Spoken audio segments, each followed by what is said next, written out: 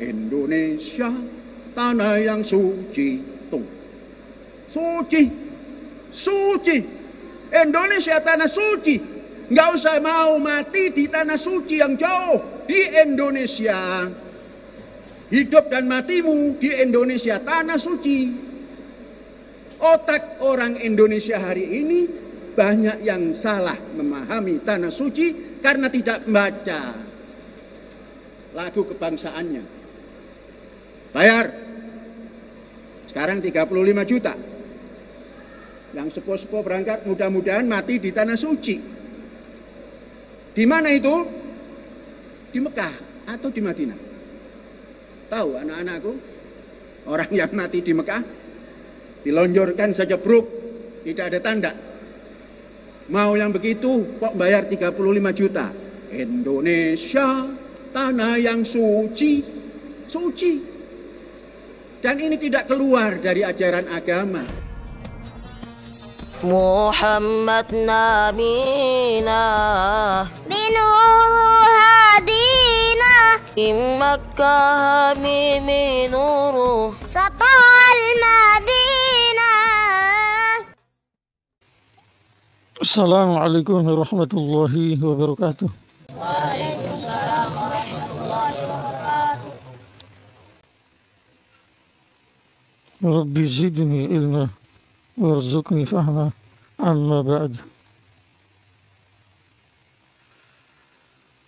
Klaim pemimpin Az-Zaitun, pondok pesantren, salah satu pondok pesantren yang besar lokasinya itu.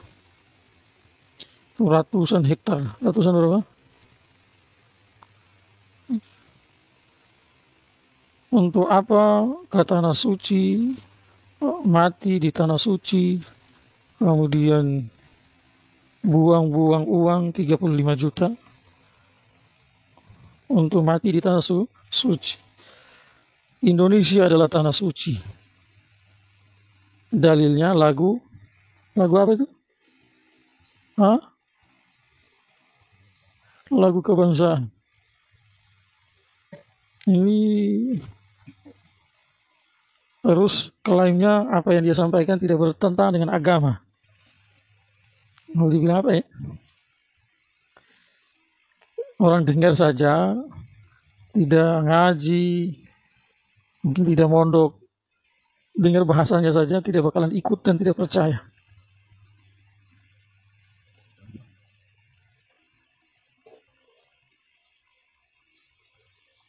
Mencintai negara di mana kita tinggal, tempat di mana kita tinggal, itu bagian dari perintah juga, bagian dari iman. Hubbul watan minal iman. Setiap muslim di mana dia tinggal, dia punya keharusan untuk mencintai tempat tinggal. Nah, kecuali dia tinggal di daerah yang susah dia jaga imannya, susah untuk dia menjaga amal solehnya, maka kewajiban hijrah bagi dia itu masih tetap ada. Maka dia harus tinggalkan tempatnya, pindah cari tempat lain untuk tinggal di sana. Tetapi kalau dia tinggal di tempat muslim, bukan di Makkah, bukan di Madinah, bukan di Baitul Muqaddas, imannya aman, amal solehnya gampang dia lakukan, maka bersamaan dengan dia cinta, ya di situlah dia tinggal. Kalau dia tinggal mayoritas bukan orang Islam, tetapi gampang dia beramal, tidak ada tekanan, imannya juga aman, maka juga tidak ada keharusan bagi dia untuk tinggal dengan tempatnya itu. Di situlah dia tinggal. Berdakwah di situ, mudah-mudahan sebab dia banyak orang bisa masuk Islam dengan hikmah dan bijaksana. Tetapi bersamaan dengan itu bukan berarti tanah suci, kesuciannya tidak melebihi tanah-tanah di mana orang Islam tinggal di selain tanah suci itu. Sehingga kalau ada yang mengingkari bahwa Makkah itu bukan tanah suci, Indonesia yang tanah suci, ini kan melawan nas Al-Quran, pembodohan.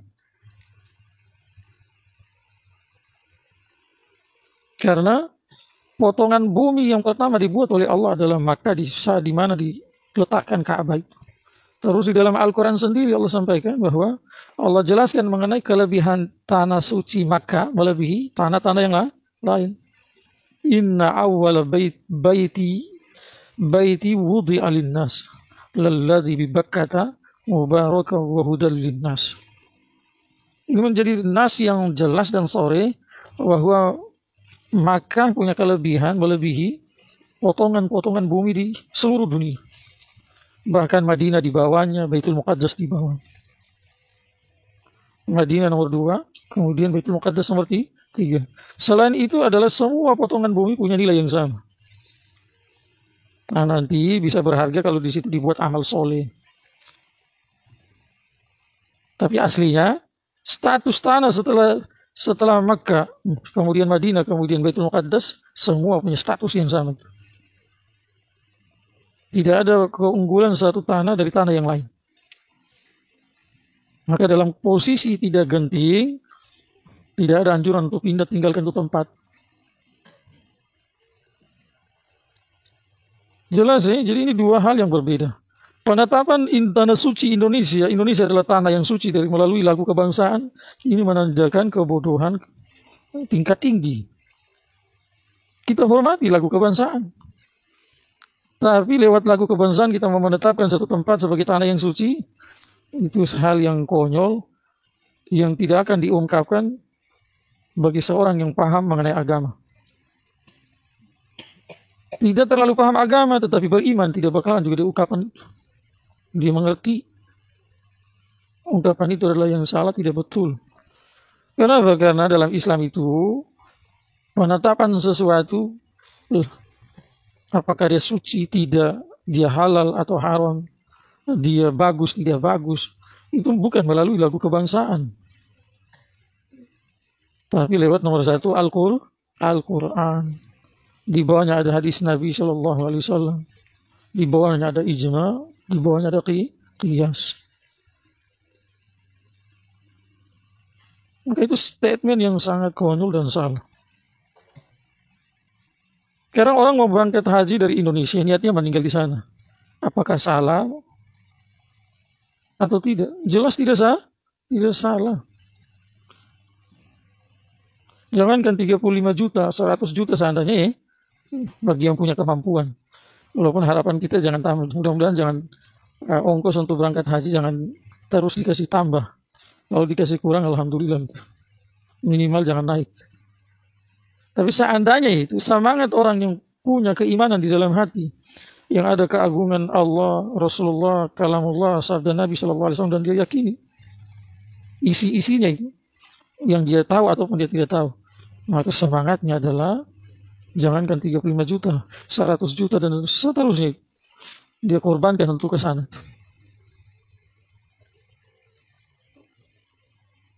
Dengan catatan sanggup. Artinya tidak membebani. Paham ya? Maka saat berangkat di sana dengan niat supaya meninggal di sana, itu cita-cita orang-orang mulia. Seorang yang Nabi sabdakan mengenai dia, "Lau kana ba'di nabiyyun lakana Umar." Seandainya setelah saya ada nabi, maka yang jadi nabi Umar. Tetapi apa boleh buat, pintu kenabian sudah ditutup oleh Allah lewat Nabi Muhammad SAW. Itu Umar dalam doanya itu, Allahumma rzuqni syahadatan fi sabilik. Ya Allah, kasih saya mati syahid di jalan. Terus beliau katakan, jadikanlah kematianku di kota Nabi, di Madinah. Jadi orang heran. Yang mendengar biasanya mati syahid itu kan ikut perang. Di sana berlawan musuh, dibunuh di jalan Allah, itu syahid dunia akhirat. Barulah mati syahid. Tapi Umar setelah diangkat jadi khalifah, karena beliau sangat dibutuhkan untuk tinggal di Madinah, satu kali atau beberapa kali saja, mungkin ada yang lain tetap. Ada satu momen yang beliau pergi tinggalkan Madinah, saat perjalanannya itu ke Baitul Muqaddas sangat dibutuhkan supaya orang-orang Nasrani atau Yahudi dalam menyerahkan Baitul Muqaddas kepada orang Islam tanpa ada pertumpahan darah. Maka mereka ingin lihat bahwa khalifahnya orang Islam saat ini, adakah tanda-tandanya di dalam Taurat ini atau tidak. Kalau ada, jelas kita tidak bisa menang atas mereka, dikasih saja. Artinya jarang beliau itu keluar Madinah. Tetapi mintanya syahid di jalan ya Allah, kemudian matikan saya di kota kekasih. Ini Madinah. Jadi tak usah nas-nas yang lain gitu. Banyak nasnya ya, dalil mengenai kelebihan orang meninggal di Makkah dan Madinah itu. Tetapi ucapan Umar tadi dalam doanya yang dia minta dari Allah, itu sudah cukup bagi kita itu. Karena Umar bukanlah orang sembarangan. Bil ijma', kecuali orang-orang Syiah atau orang hasad iri yang tidak suka dengan Islam, baru tidak mengatakan Umar orang terbaik nomor 2 setelah Nabi-Nabi dan Rasul-Rasul alaihi wassalatu wassalam. Di atasnya ada Abu Bakar. Maka permintaan orang terbaik yang begitu memahami agama untuk mati syahid di jalan Allah dan meninggal di Madinah. Minta syahid di jalan Allah dan meninggal di Madinah. Keinginan Umar meninggal di Madinah itu menandakan meninggal di Madinah itu bukanlah mati konyol, bukan mati sia-sia. Dan amalan ulama-ulama yang dekat dengan Allah, keinginan mati di Madinah. Salah satu juga Imam Malik rahmatullah alaihi tidak mau keluar dari Madinah. Kenapa? Inginnya meninggal di Madinah. Bukan karena beliau itu adalah orang Madinah sehingga ingin mati di Madinah, bukan. Tetapi karena kelebihan orang meninggal di Madinah itu dibandingkan meninggal di tempat-tempat yang lain, itu punya nilai tersendiri. Walaupun perlu digarisbawahi, meninggal di mana saja dalam keadaan husnul khotimah dijanjikan oleh Allah surga itu ridhonya. Tetapi nilai plus yang Allah kasih bagi orang yang meninggal di Madinah dalam keadaan husnul khotimah tidak didapat sama orang yang husnul khotimah meninggal di negara lain. Itu wajib diyakini.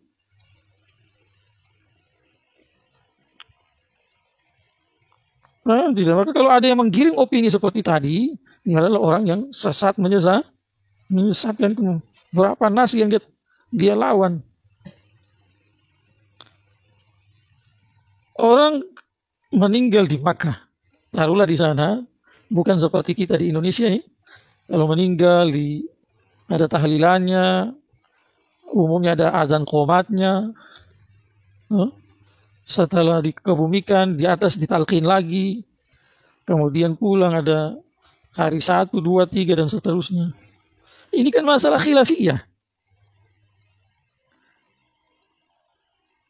Kita selisih dengan orang-orang Wahabi dalam masalah ini, bukan berarti kita mewajibkan. Yang wajib itu fardu kifayah adalah nomor 1 memandikan, mengkafankan, mensolatkan, kemudian mengkebumikan. Itu saja 4. Adapun yang lain itu, ini masalah khilafiyah. Sehingga kalau ada yang mati meninggal di Makkah atau Madinah, terus mayatnya tidak diurus sebagaimana kebiasaan kita di Indonesia, oke saja. Meninggal di sana setelah dimandikan, dikafankan, disolatkan, dikebumikan, tidak dalam mengkuburkannya tadi tidak ada adzan qomat. Itu kan masalah khilafiyah.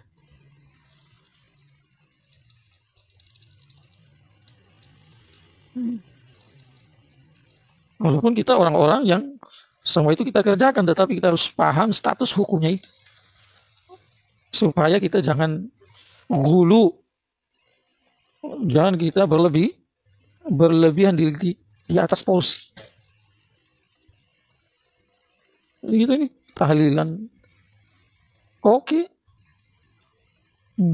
Saat meninggal kita azan juga. Semua. Tetapi kalau ada yang tidak tahlilan, yang penting tidak menganggap itu bid'ah. Ada yang tidak azan qomat.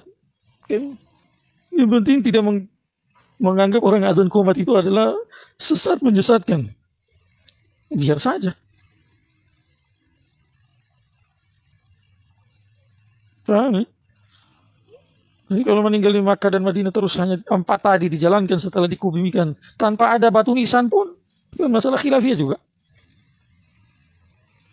Terus 1 tahun mungkin dibongkar. atau seberapa lama kemudian jenazah lain diganti lagi.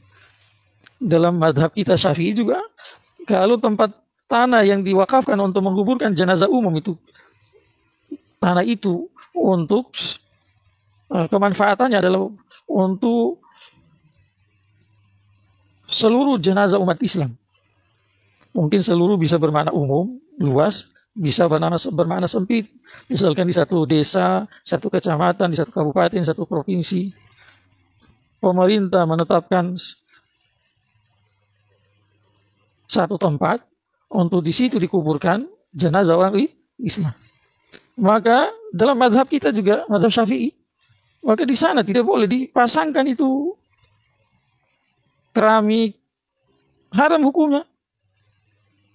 Jadi terbumikan biasa saja, sehingga tiba masa yang menurut orang ahli, yang di dalam sudah hancur, sudah menyatu dengan tanah, maka kuburan itu bisa dipakai untuk menguburkan orang lain lagi.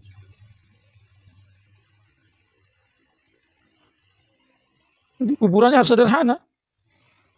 Kalau ada yang di atas tanah itu, setelah dia kuburkan orang meninggal, dia pasangkan itu keramik, segala, justru berdosa. Kenapa? Itu haknya banyak orang.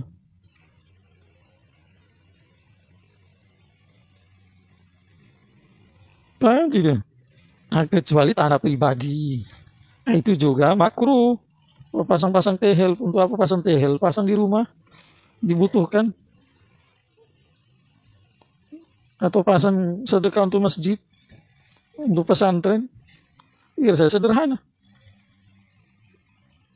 Pahami?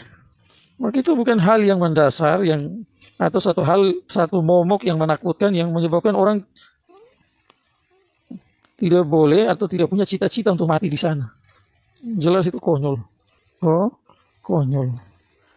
Yang berikutnya lihat, berangkat ke tanah suci itu ada, kalau berangkat untuk haji dan umroh, haji seluruh ulama sepakat wajib. Ijma, ada yang ingkar kewajiban haji, kafir dia. Nah, umroh, kita ulama-ulama kita Syafi'iyah, dari kalangan Syafi'iyah, mengatakan wajib. Sementara dari kalangan Hanafiyah tidak wajib. Tidak wajib. Kita karena orang Indonesia rata-rata adalah orang-orang yang mengikuti Imam Syafi'i dalam beragama, mengikuti Rasulullah SAW lewat Imam Syafi'i dan ulama-ulama Syafi'iyah yang setelahnya, maka yang punya kesanggupan umroh ya harus wajib berangkat, kalau tidak dosa, sama dengan haji tadi. Sehingga kalau ada yang memprovokasi orang lain supaya jangan ke sana, buang-buang uang, berarti sadar tidak sadar dia telah menghalangi orang untuk menunaikan kewajiban. Menghalangi orang untuk menunaikan kewajiban dari Allah Subhanahu wa taala yang nasnya itu tidak abu-abu, tapi jelas. Walillahi 'alan nasi hijjul baiti man istata'a ilaihi sabil. Dalam rukun Islam yang salah satu adalah menunaikan ibadah haji bagi yang mampu, rukun yang kelima. Bahkan Allah ancam man kafara fa innallaha ghaniyun 'anil 'alam. Menunjukkan orang yang ingkar haji atau mencegah orang lain untuk jangan berangkat haji karena haji itu tidak wajib. Dia ucapkan atau dia yakini seperti itu. Allah tidak ridho sama dia, tidak ridho sama mereka, dan Allah murka dan tempatnya di neraka. Jadi siapa yang ingkar akan kewajiban haji, maka sesungguhnya Allah Maha Kaya dari alam semesta ini. Kalau kamu tidak berangkat haji, Allah tidak butuh kamu juga. Kamu berangkat haji untuk dirimu sendiri. Kewajibanmu jadi gugur dengan haji. Allah janjikan banyak-banyak pahala. Kemudian orang yang haji yang penting mabrur lillahi ta'ala dengan harta yang suci bersih, maka dijanjikan tidak bakalan kaya, tidak bakalan miskin, dikasih kaya sama Allah. Pahami? Maka itu jelas statement yang sangat membahayakan. Statement yang sangat membahayakan dirinya dan orang-orang yang percaya atas apa yang diucapkan tadi. Kalau dia tidak tarik, minimal sesat. Paham tidak? Bisa imannya copot kalau dia ingkari kewajiban haji. Tapi kalau misalkan dia larang orang haji karena orang bilang karena nakal saja, itu nakal. Kalau orang nakal, yakin ya wajib itu haji. Yakin haji itu adalah wajib. Tapi karena lagi mungkin tidak muat hatinya, otaknya lagi tidak fresh, atau lagi jadi nakalnya muncul. Keyakinannya mengenai kewajiban haji tetap ada, tetapi dia dihalangi orang mau berangkat karena nakalnya. Mereka dosa besar sesat itu. Kafir tidak, tapi sesat dan dosa besar, sesat itu dosa besar. Jelas sih. Semoga bermanfaat. Subhanallah.